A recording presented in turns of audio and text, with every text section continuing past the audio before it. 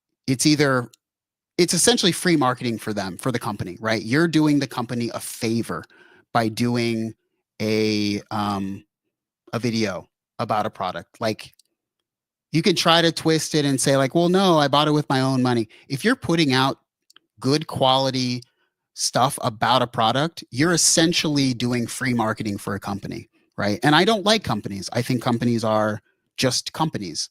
And I think companies have enough money.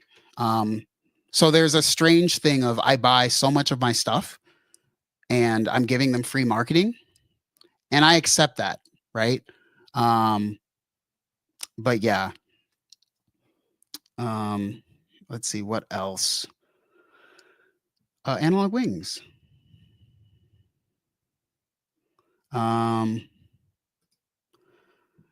Is your Astrolab in your Astrolab video? You're pretty blunt. Any fallout from that?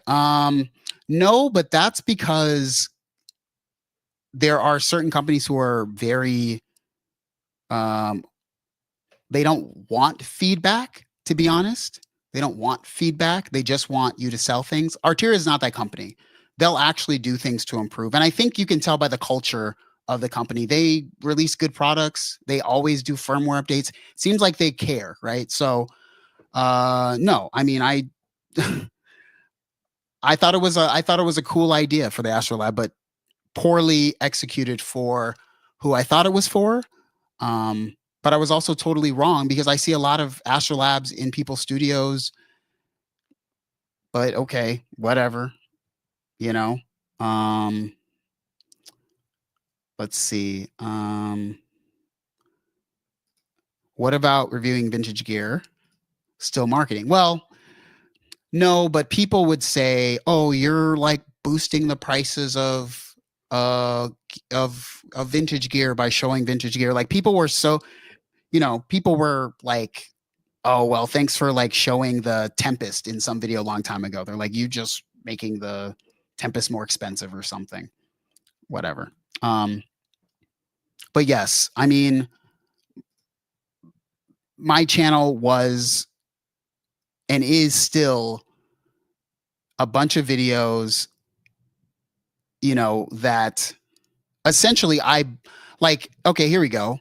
This Moga, what's this Moga, what's this, the vocoder, this Vogue vocoder. Okay, I borrowed it. Like, I literally did free marketing for this $5,000 thing that I can't afford, and I don't even get to keep. Like, imagine that. Imagine making this whole video because you borrowed something. Like, most normal people would never do that because it takes too much time. Drake or Kendrick Lamar? Well, I mean, come on now. Obviously Kendrick. Analog Weapon, what's going on? Yeah. I mean, you're never gonna win. The only reason I wanted to make this video was because it had been, it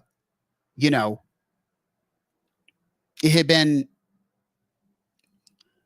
on my like spirit to express these things, since when you make videos and you're a decent size, you have to, unfortunately, companies are, it's not as straightforward as you think. So I mean, yeah, trade to limit. If I could have this vocoder, like, I love this vocoder. Oh my god, it sounded so good. But yeah. What's up, Animal Wings? Saying, I would like to see making of content for your albums. Yeah. I mean, I've thought about it. All right, you can ask any more questions. I mean, it's kind of hard. I feel like there's not really, maybe there would be an attempt at like a gotcha moment or something, but like, buying a $400 like, in all honesty, I'm trying to do the speed run of like not doing YouTube the right way, of just doing stupid things that people probably don't want to see. Like this video, This is a perfect example of my philosophy on YouTube. This video about Mooger mini Foogers got 4,000 views. I spent like a year going on Reverb, buying all of the mini Foogers, right? Like I was like, because it's not always easy to get them at a price that's decent, but I spent like a year buying these Mooger mini Foogers on Reverb. And I'm so proud of this video. But you know, whatever. Okay. Oh, to Pimp a Butterfly is way better. Come on. To Pimp a Butterfly is the best. It's the best. Damn is fine, but To Pimp a Butterfly is so much better. Okay, let's see. Cool Dog Love, what's going on? It says, you know, free marketing or not, I would think I would be happy to make a video in exchange for messing around with an Insonic ASR 10 or MPC 3000 or something. I mean, I think it's just harder. Like, I don't know what to like, to be honest, I don't know what I'm interested in. Like, I just make music. That's really it.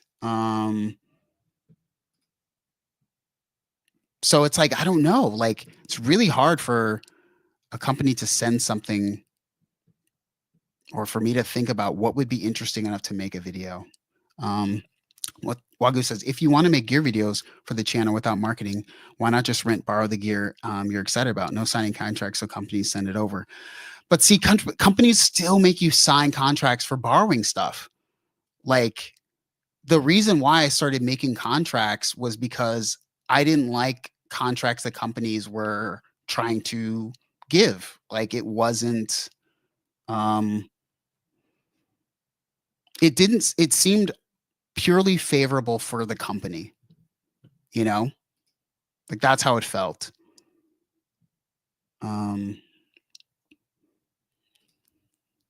What would it cost you to make a pro Drake video? At this point, no, there's no amount. Well, I guess I would for a lot of money, but I mean, it's kind of hard once you get the A minor going on, you know? More pedal videos. Trade tilting, yeah. Actually, when I went to NAMM, I was so much more interested in the pedal section than like any synthesizer thing. Like, I feel like almost nothing in the synthesizer section could like get me interested. Here's the thing. I'll say this. This is probably the most because people were asking a lot for years about this, and let me see. Do I have it up? Oh my god. Okay, mini Foggers. Okay. So I don't know when this video was. Where did I make this video? Okay, this video, this Eurorack video.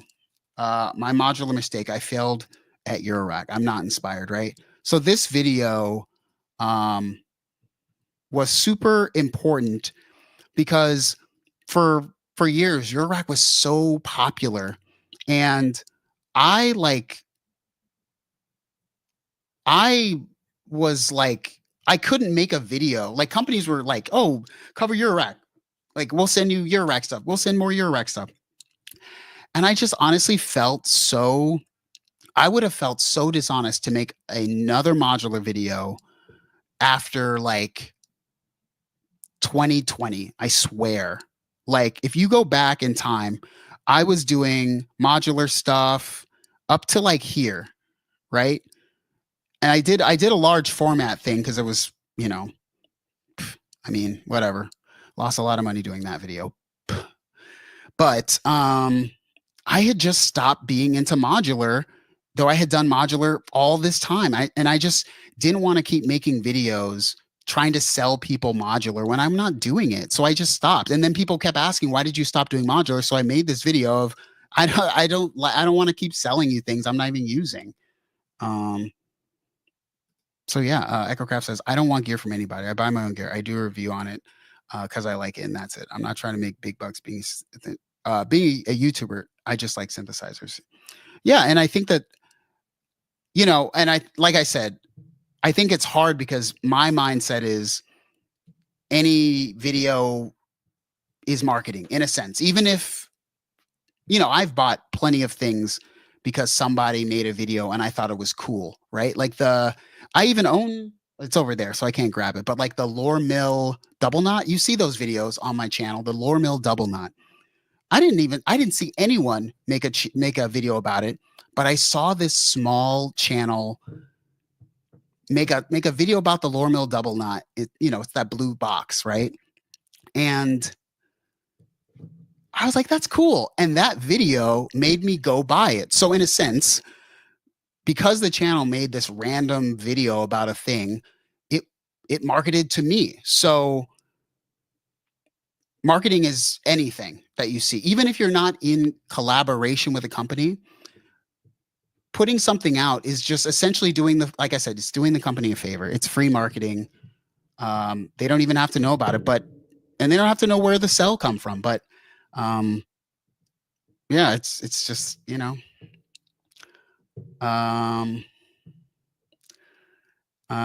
this is, do you listen to a lot of 21 Savage? No, but I listened to that new track with him and Central C.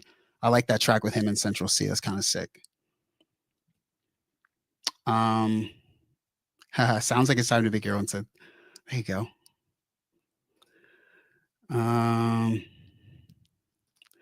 The Behringer BX1 got the most clicks from Sonic State's NAMM coverage. You can see why. Well, I mean, I guess it wasn't covered like anywhere else. I walked by it, and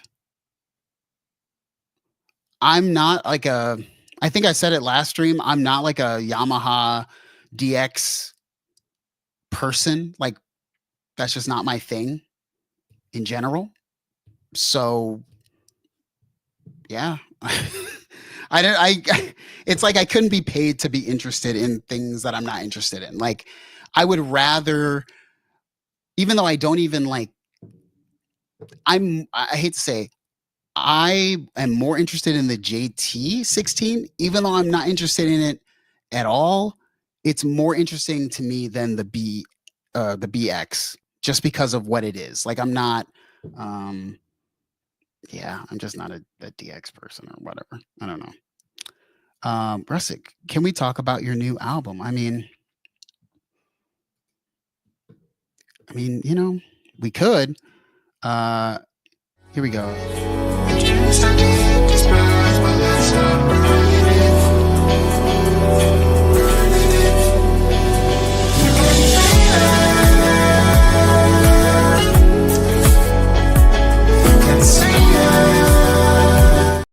All right, there you go. Lots of saxophone, lots of me playing saxophone on the new album. If you love saxophone, if you love vocoder, lots of vocoder, lots of orange vocoder. Love it. Love it. Thank you for asking.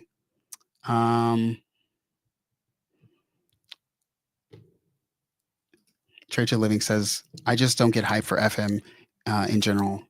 Yeah, I like the Op 6 to me is the best intro to digital, like operator FM stuff, because it's just so like easy to get going. But like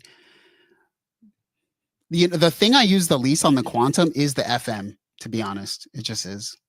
And the DX is a boomer wet dream. I guess so. I mean, I think people get mad that I am not as interested in certain things as they are, but yeah, I'm just like, it is. What's up, Jack? What's going on? Oh, thank you, Rustic. Thank you so much. Thank you.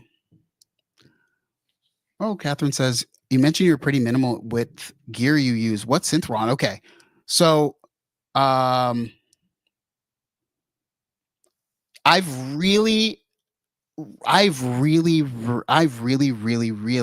realized through the last two albums how good the Access Virus TI2 is.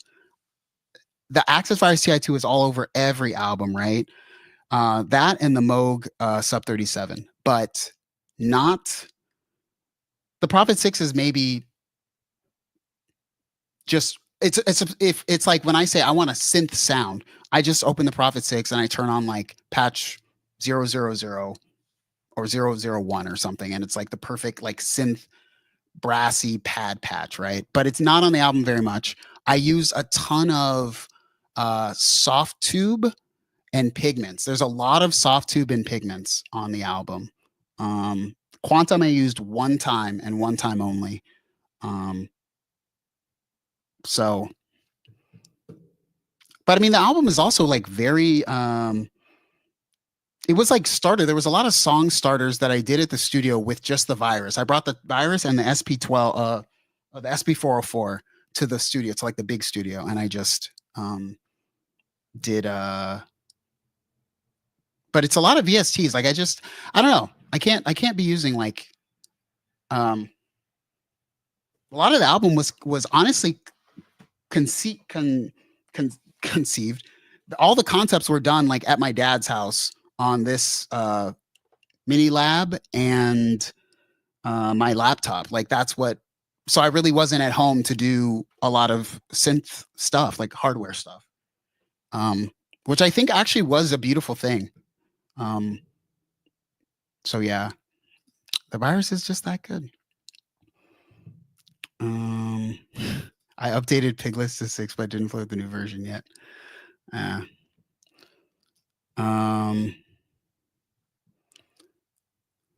No, I don't. Do you still have the Meraki? No. I honestly, I've said it before. Having this channel and running it the way I have has been super detrimental to my finances. Because I chose to borrow things, but I chose to borrow things because I didn't want to deal with companies. When you borrow something from Perfect Circuit or Zounds, they don't say anything. They just let you go, right? I don't like to borrow things from companies. That's my thing. Companies, no, I just don't. I just don't like to do that. How's dad? You know, hopefully he's doing okay today. Mom is there. He's eating. He's doing okay. Pigmix and Osmos is my favorite combination. EchoCraft. Wait, you have the Osmos? I didn't even know that. I didn't even know that. Okay. Can you let me know if like you can do Osmos with pigments with all the articulations and stuff? Because I'd like to know, to be honest. I just don't like the presets in the Osmos. So, you know, yeah. Rustic says this is the perfect thing. Space Echo on the album. No. I think I turned it on once and was just like, dude, this is like way too difficult to like, because I have to mix it later on. I guess I could have used it, but like I just honestly was like, to use it would have been more difficult and more annoying than to just use an in the box delay. So, okay. Yes, it's absolutely amazing. Okay. I mean, that's the only keyboard I could think that would even like be something different than what I have, EchoCraft. Like Echo's like, I know you got a lot of stuff over there, but honestly, you know, I am, you know, I think sometimes I forgot. I just want to make music and albums and like, playing the game of the YouTube is a hindrance to that often. Like, yeah. I really love using the Osmos as an MPE synthesizer. I would love them to just, I wish that they work together. Arturia and Osmos, if they just work together, because they do. They have the on the I'm like reaching back like I still have the Polybrute. The Polybrute has the pad, so if they would just like put Arturia like preset stuff and just put pigments or something in there, like hardware, that'd be so good. Okay. Yes, sub 37. So sub 37 is the bass on every track when it's a synth bass. Real bass is on like a couple tracks because I played real bass, but um something I could there's literally three synthesizers I feel like I could never get rid of if we're saying hardware, and that's the sub 37, the virus, and the oh man, Tempest or Prophet? Tempest or Prophet? I mean, probably Tempest, but yeah, the sub 37 is just the greatest. Um, yeah, I like that tape never gets stuck in my Space Echo VST. Yeah, I just feel like some stuff is too extra. It's like using the Prophet 6 like that much on the album. It's too difficult. I'd rather just open a plugin. Whoa, whoa, whoa, whoa, whoa, whoa, whoa, whoa, whoa, whoa. Them's fighting words, Kieran. Prophet 6 is overrated. I think Prophet 6 is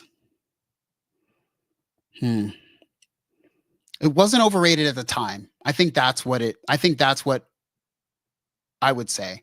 Prophet 6, because Kieran, like, think about it. 2015 definitely was on top of its game at the time. At the time.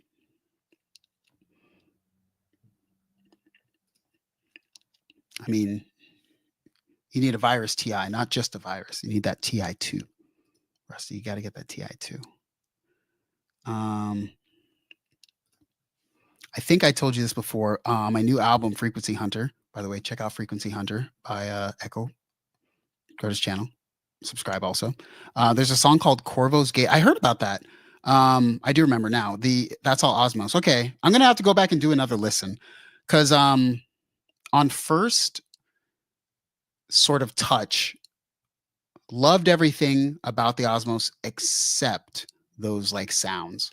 So interesting. Yeah, exactly, guys. That is blasphemy to say anything about the Precious Prophet 6. You know, I ruined my life on this Prophet 6, Kieran. You should know that. If you've been around long enough, you know that the Guitar Center credit card was opened for this Prophet 6. It went into collections.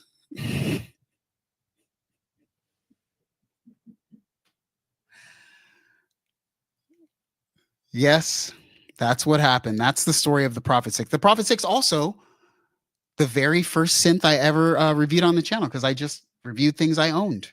That's the channel. Was never started to get stuff. It was started because I thought Angry Video Game Nerd was cool and I could make a channel like synth like Angry Video Game Nerd. That's what I thought. Oh man, I if that's Affirm finally caught up with Chen. I was affirming before Affirm. I was affirming before Affirm. Yeah, and I just did Affirm just to see if it worked.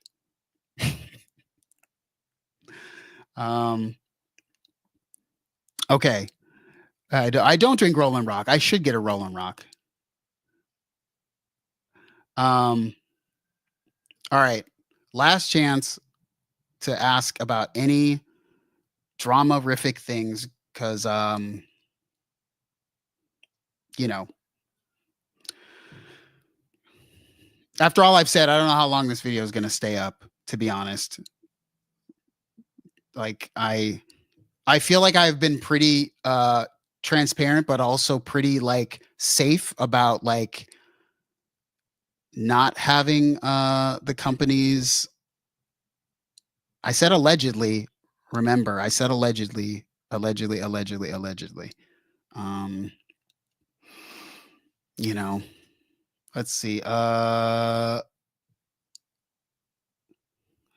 what's going on, Sunwoo? I saw you do I actually saw your live stream. You were doing the teenage engineering OPXY. I saw your live. I watched it.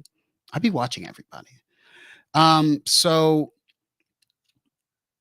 quit any collabs halfway in. Let me that's actually a very good question. Quit any collabs. Oh man, I feel like I'd have to go and look through the channel again. Um, it's hard because so many companies have like reached out and I just ignore them. Like I'm the rudest. I think I'm the rudest like musician on YouTube ever. Like most people will be like, no, thank you. I literally have ignored companies' emails for years. Trying to think of a collab. I haven't done like very many. Like,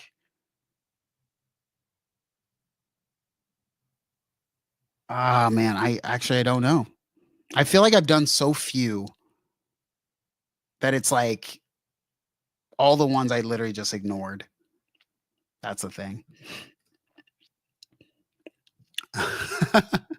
Hello, Web says you never answer how much money Magpie has paid you for favorable reviews. Just a minute. You know, I was gonna do Analog Weapon. This is kind of funny. I was gonna buy all of the Magpie like pedals without telling Simon, and then doing a review.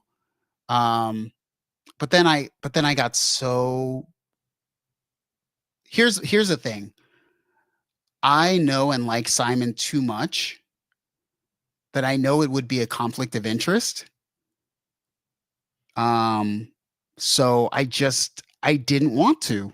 I think people believe that there aren't like conflicts of interest or something. I truly believe there are conflicts of interest.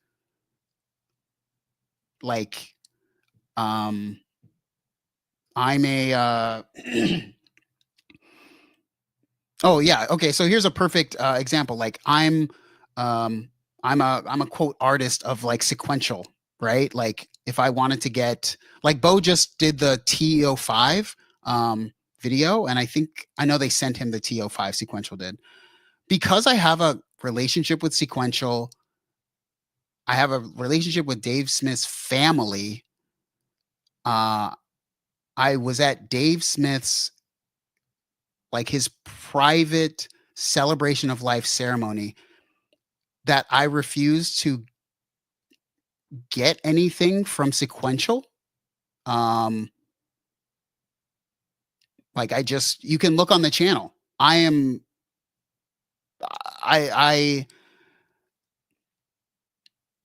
like like I am literally like probably most everyone. I am like the closest to sequential, meaning I get invited to like sequential things. But because I understand what conflict of interests really are, I just won't take anything from them in general. I just don't think that's the right thing to do. So I'll just, I ate whatever is what it is. I don't think that's how everybody feels, but that's how I feel. So rest in peace, Dave Smith. I really wish he was still around. Yeah. So, um, hmm. Argus says if you get a sequential synth in and you didn't like it, you could just not upload the video.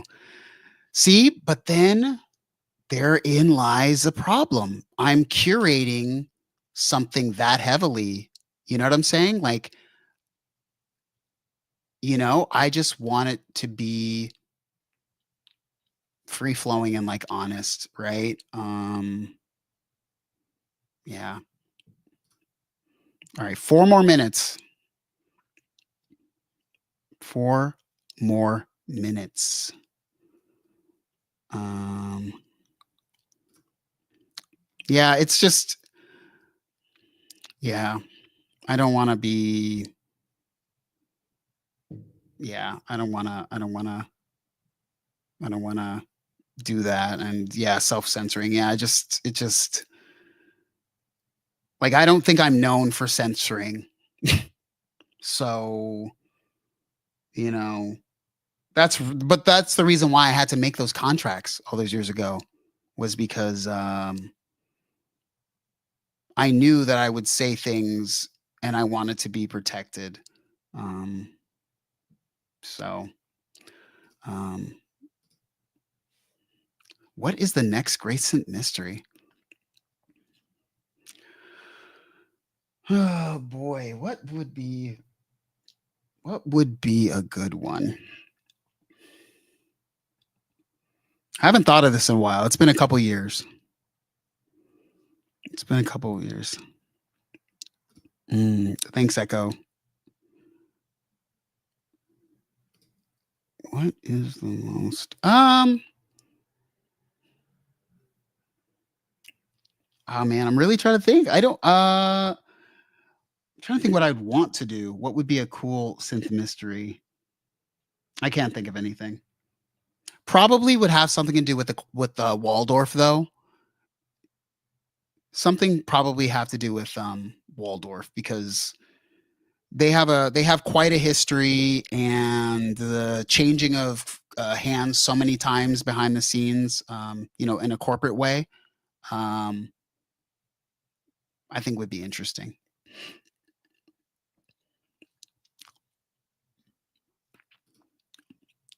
Keep asking Christoph when he will make another virus. He should just cycle back and forth between virus and Kemper.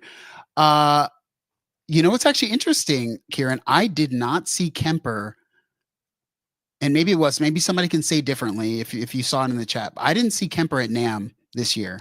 So if Kemper was there, I missed it. But if they weren't, in a way, that's kind of telling.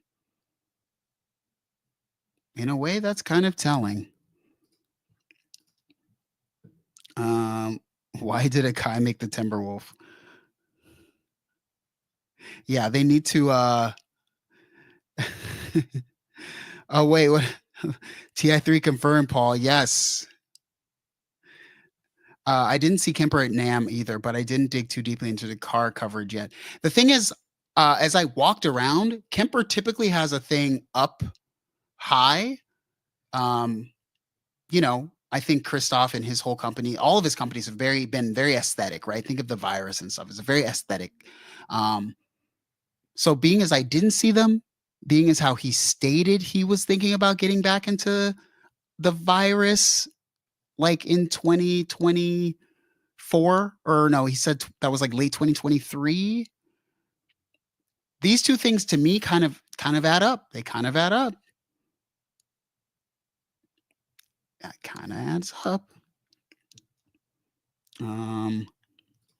I'll be sorely tempted to buy a TI3 after getting so much love out of the virtual TI2. Catherine, I think that I don't remember, but you probably remember when I got the virus and I didn't use it. I think I said something like, I've never used that thing, right? As soon as you get into it, it literally is just like, why isn't every synthesizer like this? It's such a weird thought, like, to me, that like it's not. I think it's the greatest synthesizer ever, like ever. Jerome, what's going on? Says, speaking of drama, have you watched Espencraft's last video? I know it sounds weird. I don't really watch a lot of. I watch a lot of people who are around here in these parts, and live streams, but the drama side, I think. Well, what did he? I know he made a video because it pops up, but I'm not subscribed. So he made a video about like how Behringer's like crushing it or something, and they're really good or something. Which, I mean, I don't know. I guess it's just like I guess. But also, I like Espencraft, so I don't not subscribe because I don't like the guy. It's just like I don't know if he does a lot of vintage stuff, maybe, but like if you do a vintage synthesizer, like I'm not going to your channel. Like I'm not against you, but just like I could care less about a vintage synthesizer. Please get away from me, vintage synthesizers. Tron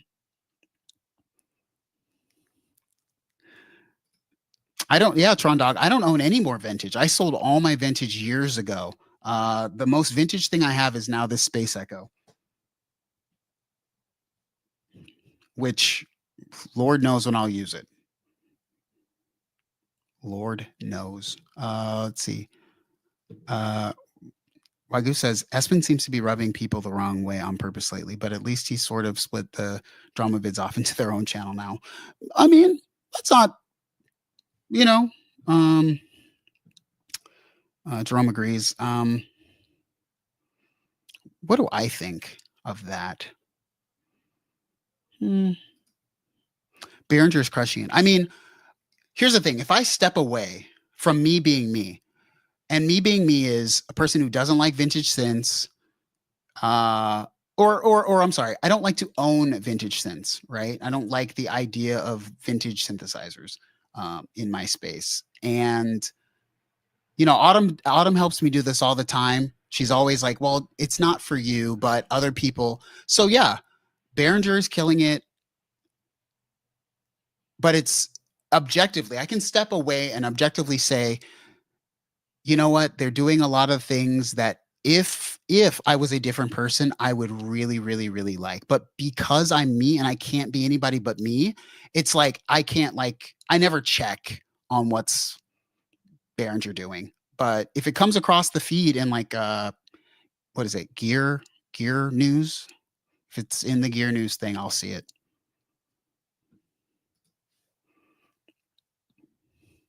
Hillbox says, thanks. I guess that makes sense. Synthfluencers just don't satisfy my gas. I wanted to make this funny video where so here was my concept for the video. It was going to be like a video where like in the video like someone is like talking about a synthesizer, right? And then during the video, you do like a green screen, and then like another person pops in and is like, hey guys, look, version 2 of like this same synthesizer is just out. Like, hurry and go get it today. And like while he's saying it, a third person comes in and is like, guys, another version of like the greatest synth that you need is out right now. You cannot like, and then, you know, saying those things about like, you gotta have it. So, oh my God, what's going on? What's going on? Hunt things I do. LM drum looks good because it adds some new ideas. I thought it sounded really good. It sounded just like they were doing a side by side. I watched a video side by side and I was like, it sounds great. What's going on, John? What's going on, John? Missed you at NAMM. Missed you at NAMM. Anyways, this is over. The more I sort of, not that I'm not fully sober, but in a sober mind, a more sober mind, we shall see how long this video stays up. I really, really, really don't want to get any I don't want to get any emails, any more emails from any companies because I said things that they didn't like. That email that I got the other day really rubbed me the wrong way. It's like imagine being censored on the internet, but like actually censored, like company censored. Night, Matt. Aw, there you go. Bring in that hug. Oh, God, there it is.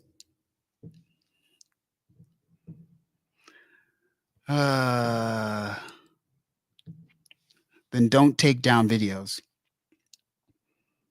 Don't take down this video? I don't know. I feel like I said too much, Weaver. So I feel like I said too much already.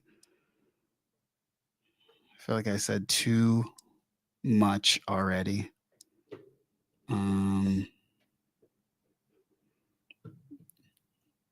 Wait.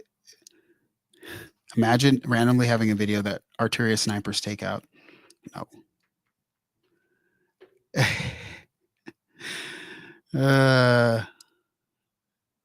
Yes, that's the key. Ugh. Stupid companies. Anyways, I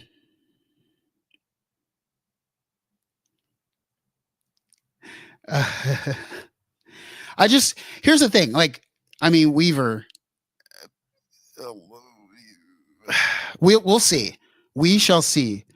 You know, you can't, companies, you can't fight companies. They have way more money and resources. Apparently, I don't know. I didn't think having a commentary about a product would. I didn't think that because of something I did 3 years ago, a company would see a comment about an entirely different product that I never. I mean, it's a entirely different product, and I was just saying, I think that the way they're going about it is stupid. Which is my opinion, that they would legitimately say, like, you're not supposed to say, like, that's crazy. That's crazy. That's this stupid synth mafia people talk about. That's what that is. It's just stupid. It's stupid. Anyways, I don't know what me and Autumn decided to say is like our goodbyes. What's up, Sam? But yeah. Okay. I love you. Thank you for letting me unburden myself. I'll see you guys next week with Autumn. With Autumn.